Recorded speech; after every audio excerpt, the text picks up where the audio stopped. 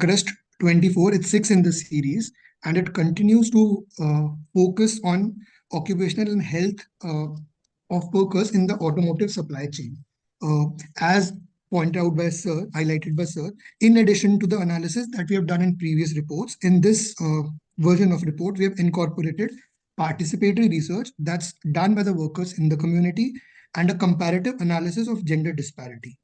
Overall, in this report, data from around more than 6,500 injured workers that SII has assisted been analyzed. So almost all of the report find disregard and negligence towards worker. The analysis points that crush injuries continue to rise yearly, as pointed out in graph 1.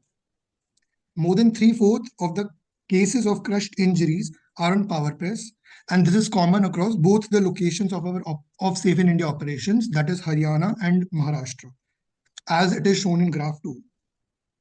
In power press accidents, double stroke is the most prominent reason for crush injuries. More than 3/4 of the cases of double stroke are due to spring or bolt or key damage, the replacement cost for which is less than 2,000 rupees. This highlights systemic negligence, particularly with poor safety measures. Vulnerable demographies like migrant and contractual workers are disproportionately affected. Contractual and migrant workers face disadvantage of not having access to required social security. Less educated workers or workers who have had no formal education are unable to understand their own rights. Accident in the cases of those workers whose age is less than 30 years affects them with the basic of supporting themselves, and it becomes a crisis for them in the next part of their life. Among those with age less than 30 years, the trend says that it's the proportion of those less than the age of 30 years have been decreasing. So it points that young people are joining less, which probably is a good thing. These are the vulnerable groups which continue to lose their fingers. As pointed in graph 2 and 3, lower the wages and lower the education level, the severity of injury is more. So overall, this highlights that factories are picking workers with zero power to negotiate, and largely with an agenda probably of circumventing the compliances. We also find that the factories do not comply to basic rules. This highlights lack of professionalism in the deeper supply chain that we have analyzed.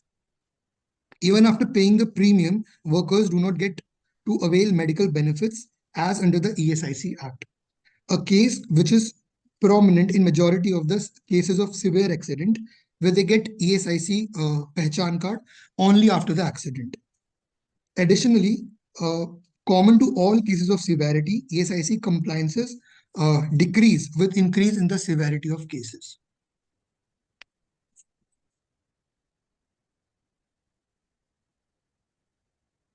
Most of the analysis in the report brings forth the issue of human rights. So over 95% of the workers regularly exceed legally mandated 48 hours week. This leads to fatigue, low productivity, higher safety risks, and also impacts their basic life. Almost all the injured workers that were assisted by Safe in India have advised that they are not paid double rate fully for their overtime. As mentioned, more analysis was done in this report. In addition, on the issue of women in previous chapters. The additional analysis, which focuses on gender disparity, shows one important finding. Though men too face vulnerable, though men are too vulnerable in terms of education and wages, but women are more worse with lower wages for the same level of risk in the same job. Proportion of women paid less than 9,000 is higher than men both as operators and helpers. It's important to point that 9,000 is below the minimum wage in most parts of the country. So I'll hand over to Saroja ma'am for the further part of presentation. Thanks, Siddharth. As Sandeep had mentioned earlier, Safe in India in general has focused on automotive sector mainly because it has got about 30, it contributes 30% of the manufacturing GDP. And the top 10 brands hold over 75% market share. And therefore, we believe that they can bring in the required change to change, this, as we just pointed out, the basic, unprofessional and exploitative kind of behavior that we see in the entire supply chain. And that is why our focus has been on these brands. And given that our operations are essentially in Haryana and Maharashtra, we find that the top 6 brands that most of the workers in the supply chain endure and come to us are from Maruti, Honda, Hero, Tata, Mahindra, and Bajaj. As again Sandeep pointed out, we have seen some great change ahead of us. For the last 8 quarters, Maruti, Honda, and Hero have shown we have found fewer people coming in from these supply chains. But again, we would have a caveat here saying that we need to watch out. And one of the key things that we keep talking about is we ourselves do not know what is the entire universe of accidents in India. We'll talk a little bit more about it later, but this is just people who come to us. But even this gives us a lot of optimism because we've been engaging with them for 8 years and they have discussed their plans, their approaches to reducing injuries. And this definitely makes us a little optimistic that things are changing on the ground.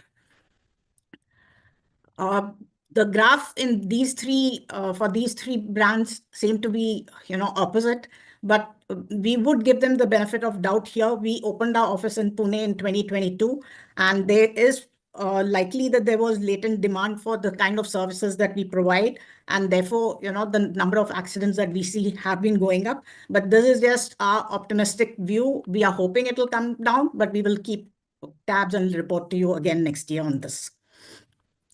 One of the key reasons, as I was just pointing out, is that as a country, we do not have comprehensive accident data. We've spoken to a lot of state ministries as well as the central ministry, labor ministries, to just understand whether they collect this data or not. And we've not seen any on-the-ground action on this.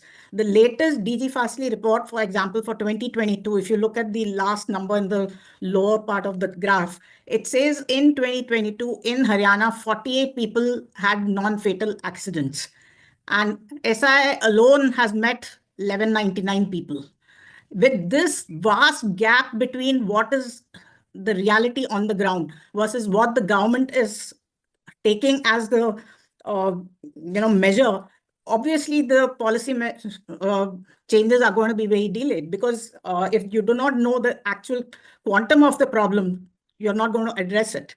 Similar stuff we found with the 8 listed automotive brands who have to file their BRSR to SEBI for the last 2 years. We've analyzed the data that they've, the submissions that they have made, and we found that they've provided either incomplete data or minimal data or no answers to the voluntary questions or the leadership questions that SEBI has asked relating to accidents in the supply chain. Again, we do not know whether they don't have the numbers or they're not sharing the numbers, but we do know one thing, that in the supply chain, most of the factories do not have an accident register, which they are legally mandated to have. They are supposed to inform the state government of any accident, which they clearly are not doing.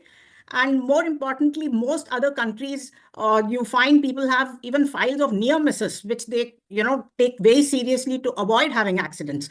And we as a country need that kind of ground level change where we take accidents seriously and work on them seriously. And we believe that this accident data is definitely something that we need to work for.